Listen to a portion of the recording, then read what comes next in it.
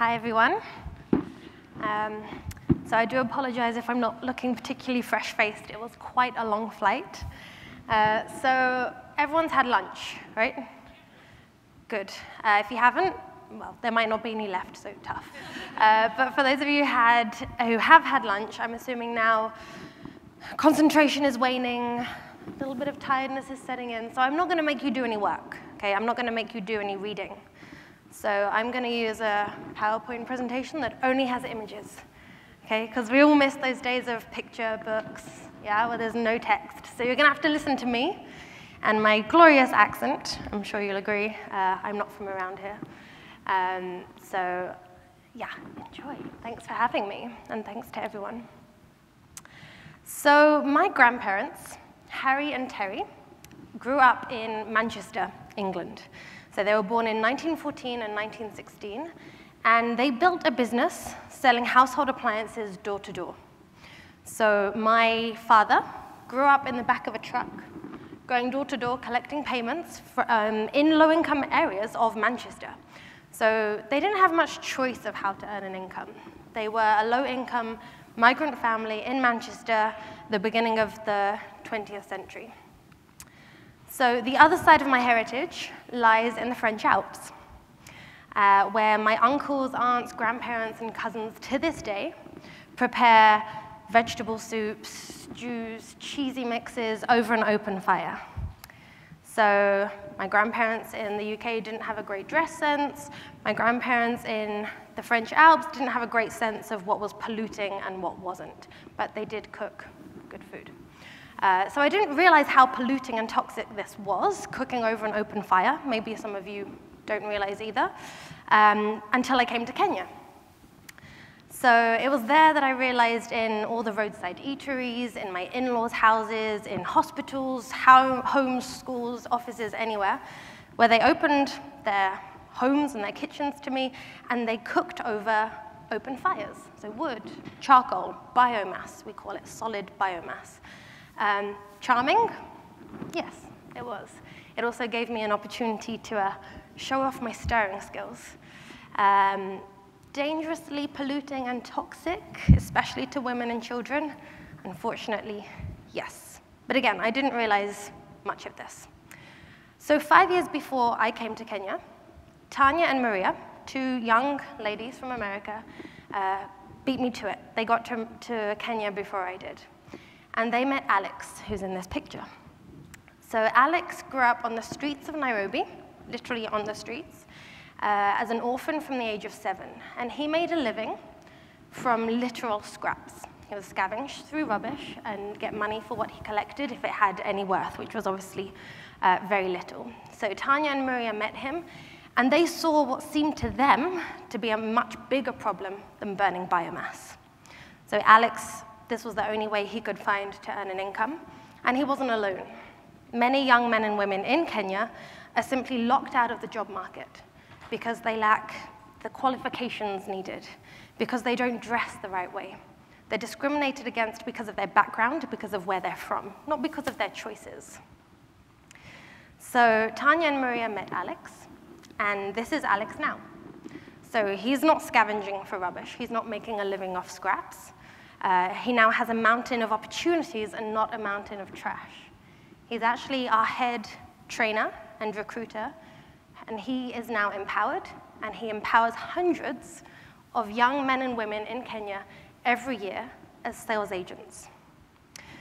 So now we know what my grandparents did for a living, and that they have an awesome dress sense. We know what my grandparents in France and my cousins eat for lunch, and we know that Alex is an inspiration. But what's all this got to do with livelihoods? That's what you're all asking. Well, Livelihoods is a non-profit social enterprise that trains and employs unemployed youth and women in Kenyan slums to sell clean energy products door to door. So they receive training, then they receive products that we give to them. They sell a product, they earn an income, and they're doing this right in their communities. So how do we start? Firstly, we have to recruit. We have to mobilize. So we have trainers and recruiters that go out in the streets. They do street-based scouting. They work with existing group structures to offer the opportunity to those who need it most, and offer this free 3-week training to anyone who's willing. The only criteria are that you have to be over 18, you have to be interested, ambitious, and willing. You don't need any qualifications. You don't need to have experience as a salesperson. You don't need to have specific clothes or live in a specific area. So as you can tell, our local branches, these training distribution centers, or local branches as we call them, are pretty simple. 4 walls, a flip chart or a whiteboard, some motivational messages on the walls, and stack loads of products to sell. So that's clean burning cook stoves, that's solar products, water filters, household appliances. And this is where the magic happens. It's just a simple room. This is where the training happens. So we convert unemployed youth and women, young men and women who have maybe never had a job before, into consummate professionals, sales professionals. It's where we settle internal disputes. It's where we undergo mentoring, and it's where we offer individualized support. So where is the marketplace? Where do they sell these products? Well, it's their communities. It's where they're from. We don't take people and then plop them somewhere else. That doesn't really work. So this is Kawangware. Have a go pronouncing that. Kawangware. Try it later. This is Kawangware Slum in Nairobi, where our office is. So this is where I go every day. And it has a population that's estimated of around 800,000. It's cramped, it's unsanitary, not many jobs available, and as you can tell, not many supermarkets, not many department stores. So this is where they sell. This is also where most households will burn biomass, charcoal, wood, mostly charcoal. So this is where there's a lot of pollution, there's a lot of fires, there can be carbon monoxide poisoning, all the sorts of things that we don't really realize or think about when we're using gas or electricity to cook on. Cooking itself in your own kitchen can poison you.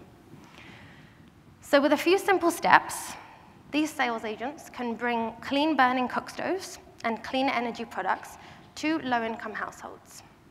So these cook stoves can cut fuel use by 50%, they can cut expenses on fuel by 50%, and they can even cut cooking time by 50%. I'm sure even those of us that love cooking would sometimes like it to be a bit quicker when we're waiting for something to boil or fry or roast. So women actually make the best sales agents. Now, why is that? Not just because we're awesome, but because women are the best placed to market to communicate to other women. And the main decision maker in the household when it comes to what you cook on, I'm sad to say, is women. Men do a pretty good job as well. We get a lot of young men coming in for the training, and they're eager and they're thirsty to learn, but often it's the first time that they've got this sort of support, that they've got this sort of opportunity to earn an income, and then they learn what they need to, and then maybe they'll apply it to starting their own business, or getting an even better job, or going back to school. And when that sort of transition or graduation happens from livelihoods to something even better, we're very happy when that happens. So customers spend a small amount of money with livelihoods, and then they save an awful lot of money. We estimate that we've saved customers around $14 million in reduced fuel expenses to date. And we've prevented, well, we've taken the equivalent of around 72,000 cars off the road in reduced fuel use and CO2 emissions. Or if you like, we've prevented 42,000 trees from being cut down to cook the food that powers Kenya's economy, which is a pretty growing economy. So this is the less fun bit. This is our model. To break it down, our model benefits the young men and women that we train. They get to earn an income. It benefits the consumers who would otherwise not have access to these products. And then we also benefit the clean energy sector. We're marketing products that otherwise would reach a distribution bottleneck. We're providing access to the market through people who are from that community and who can communicate with their peers marketing these products. And it's also mostly women that are part of that whole value chain from beginning to end. So our sales agents are 60% women. Our staff are 65% women. Even our board 80% women. Seems like it's a bit of a focus of ours, maybe. But we are not a women's organization that distributes products. We are an inclusive business model where women are offered the same opportunity on the same footing and to the same extent as men. We don't discriminate, but, you know, girl power. So the opportunity is offered to anyone, and there's individualized support. As I said, we offer mentoring to sales agents in our little simple branches, and we even offer after-sales support to customers. If they're unable to figure out how to light their product or how to turn their solar lamp on, they can contact their sales agent. So throughout the whole value chain, we are sustainable and holistic and covering that whole cycle. So to date, we've trained 1,500 women, and we've created jobs for over 700 women. And out of the top 10% of our sales agents, 90% of them are women. That's a lot of percentages. Let me slow it down a bit. So of the top 10%, that's the creme de la creme of our sales agents, those who are making the most money, selling the most products, making the most impact in their communities. 90% of them, that's almost all of them, are women. Now, this isn't just something that I like to talk about, although I really do. It's also a global realization in all sectors, thankfully. We're not the only ones that realize that without women, you can't have development. Without including female heads of households, and in Kenyan slums, a lot of households are actually led by single mothers.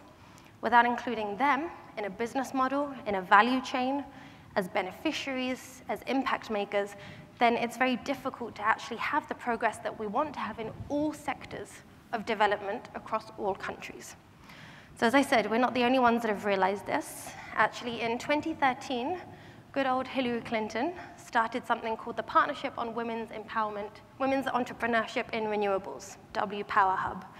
So it was an initiative of the Department of State, and it's still going to this day, and we're a part of this network.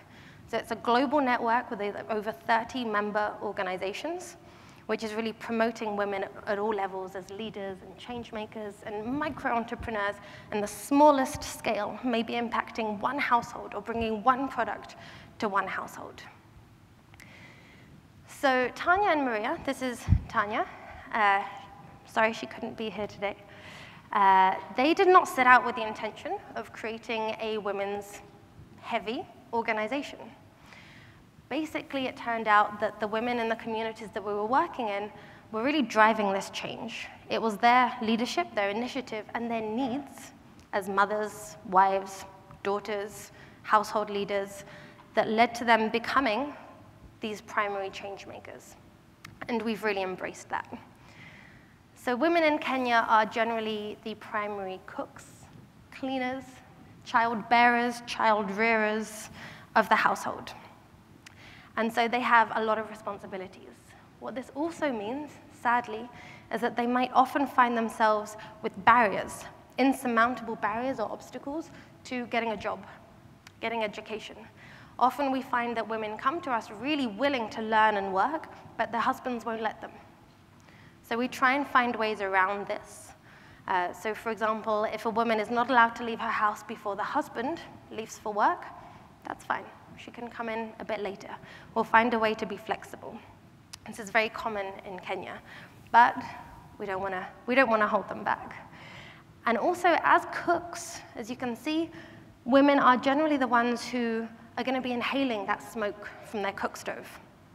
They're going to be the ones who are exposed to the risk of burns. They're going to be the ones taking a lot of time to cook food for their household, and the children as well. Their children will often sit by them whilst they're cooking, inhaling that smoke, which is pretty lethal and can be fatal. Now, Kenyan cuisine isn't really world-renowned. I don't know of any Kenyan restaurants in Paris or New York or Columbus. Do correct me if I'm wrong. I would love to know. I'm starting to miss Kenyan food already. But still, we spend a lot of time cooking. In fact, across the world, women can spend up to 1/3 of their lives cooking. Yeah, that's almost as much time as we spend sleeping. And also collecting fuel. That can take a long time. But it's not a Kenyan issue. This is a global issue. We're part of global networks that are trying to push this issue and put it on the world agenda, from the UN down to, as I mentioned, W Power Hub, this US Department of State initiative. Because globally, 4 million people die a year because of household air pollution. 4 million. In Kenya, it's around 4,000. Now, that's because cooking and burning wood or charcoal emits carbon dioxide. It emits carbon monoxide, and also black particulate matter. Yeah, black carbon. That's the thing, it's like a particle, it's not a gas. So it immediately clogs up the atmosphere or our lungs, and it can really cause a lot of damage. We don't, as I said, we don't realize it if we're using gas in our kitchens. So it's an immediate cause of global warming, but it means that we can get rid of the problem just as quickly as we create it. So there's manufacturers, designers, suppliers, distributors across the world that are trying to tackle this problem through clean cook stoves. And we're trying to provide the distribution networks that get it to the right people at the right time for the right price. So we've sold to date almost 30,000 clean energy products, which is more than we thought would have sold by now. And we are going to carry on selling them. We also sell solar products, as I mentioned, water filters, any product that has a social, an environmental, and an economic benefit to low-income consumers in Kenya, we'll sell it. We won't sell anything damaging, or we try not to. And we've expanded. So we started off in that one slum, Kawangware.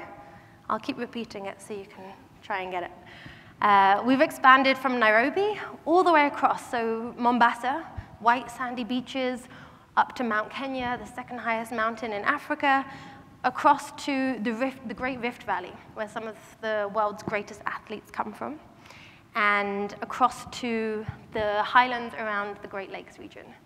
So we've proven that Livelihoods is a pretty good traveler, and not just because I came from Kenya today to speak here, but because we've exported the model, and we're going to carry on doing so, both in Kenya, in East Africa, and why not outside of Africa? This is, as I said, this is a global issue, and we've proven that it travels really well. So we are phenomenally lucky to have an amazingly energetic team to make sure that our operations run smoothly, sales agents get the right support.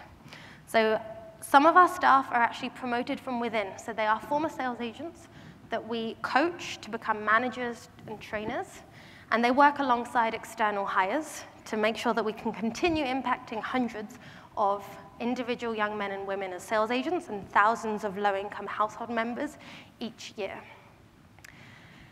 So as you might have been able to tell, contrary to what Julia said, I'm not a co-founder. Let's just tackle that elephant in the room. I didn't start this, okay? Who in this room considers themselves to be or would like to be an entrepreneur? Hands up. Okay, that's quite a lot of you. Cool. Who in this room considers themselves to be or wants to be an entrepreneur?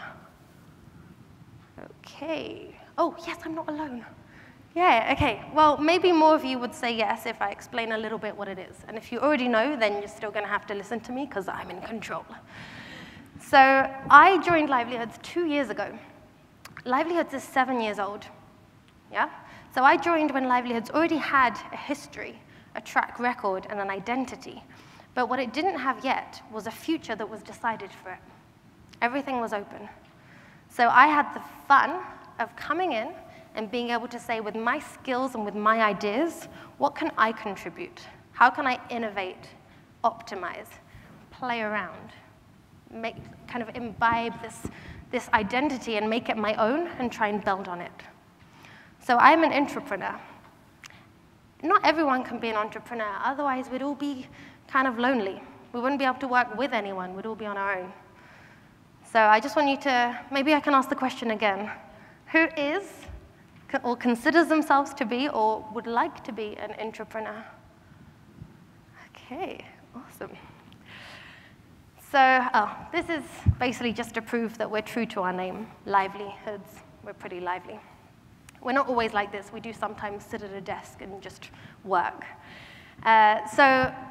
If we were all entrepreneurs, we would be lonely, and no one wants to be alone. We are not alone at Livelihoods, Fortunately, we count on a great number of supporters, partners, funders, and friends to guide us through and help us in this growth.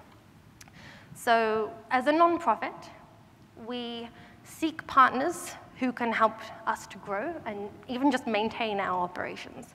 So we're very lucky to count on the support of, to name a few, Siegel Family Foundation. It's based here in the US. Energy and Environment Partnership, that's a European government partnership. And the Global Alliance for Clean Cook Stoves, which is a real thing. Sounds pretty niche. It's a pretty big deal. Look them up. We also have strategic partners and networks. So as I mentioned, W Power and other networks where we share and learn best practices that benefit everyone. Because if you're not sharing, then well, you're not caring.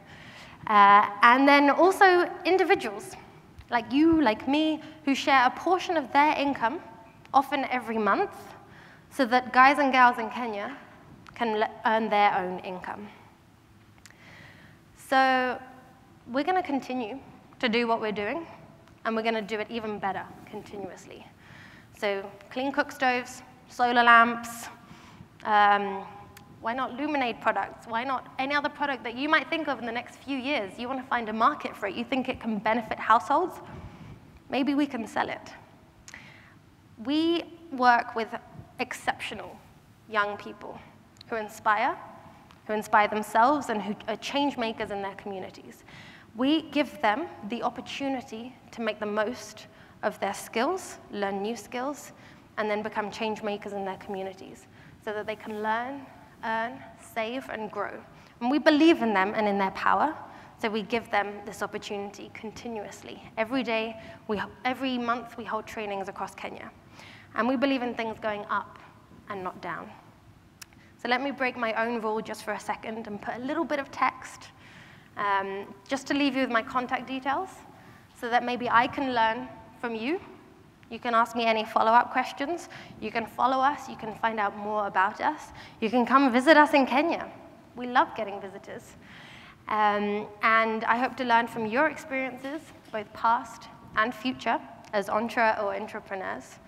And I would also like to just take this opportunity quickly to say thank you to the organizers, to the hosts, the sponsors, and to all of you in here for being part of this conversation today and being part of all of these future conversations going on tomorrow and as we move forward with our actions and our conversations.